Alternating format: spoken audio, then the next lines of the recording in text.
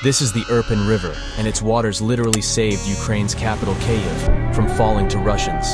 Since day one of the full-scale war, the Kremlin has seen Kyiv as its #1 target. To lay siege to the city, Russia launched 107 battalion tactical groups at Ukraine's borders, the largest buildup of military force since World War II. Thousands of armored vehicles and over 30,000 Russian troops invaded from Belarus and headed through Chernobyl to conquer Kyiv.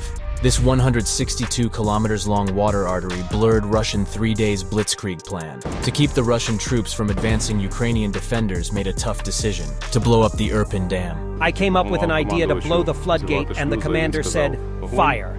Breaching of the dam on the second day of the offensives flooded 13,000 hectares of wetlands. The water from Irpin turned into a weapon.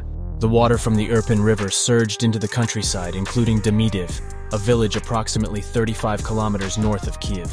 The villagers' homes resembled solitary isles on water, flooded, resolute, and not under Russian occupation. The level of water was increasing 1 meter per day. We saw the results straight away. Russian troops that approached here with their heavy armored units suddenly got stuck in a swamp and rushed along the riverbanks looking for a loophole to somehow cross it.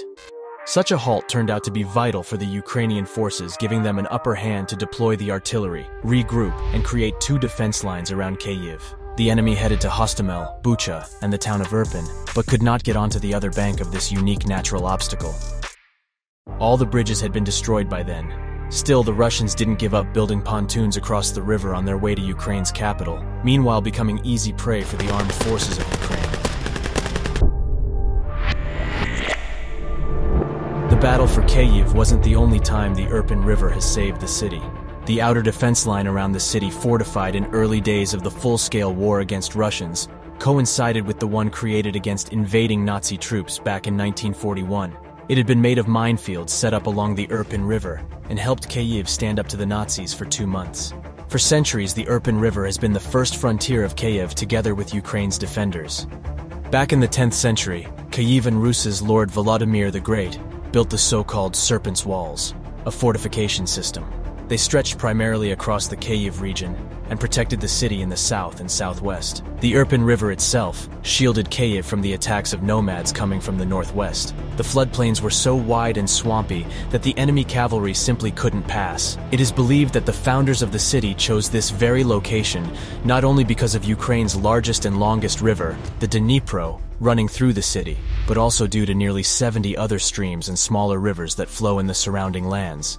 Meanwhile, making Kyiv a great European fortress. The Russians followed the path of many invaders which tried to conquer Kyiv since time immemorial, though in less than several weeks they were forced out of the region, incurring enormous losses. Within those early battles, Ukrainian forces destroyed 1/3 of Russia's total military hardware prepared for the invasion, and eliminated more Russian personnel that it had lost in 10 years of the war in Afghanistan.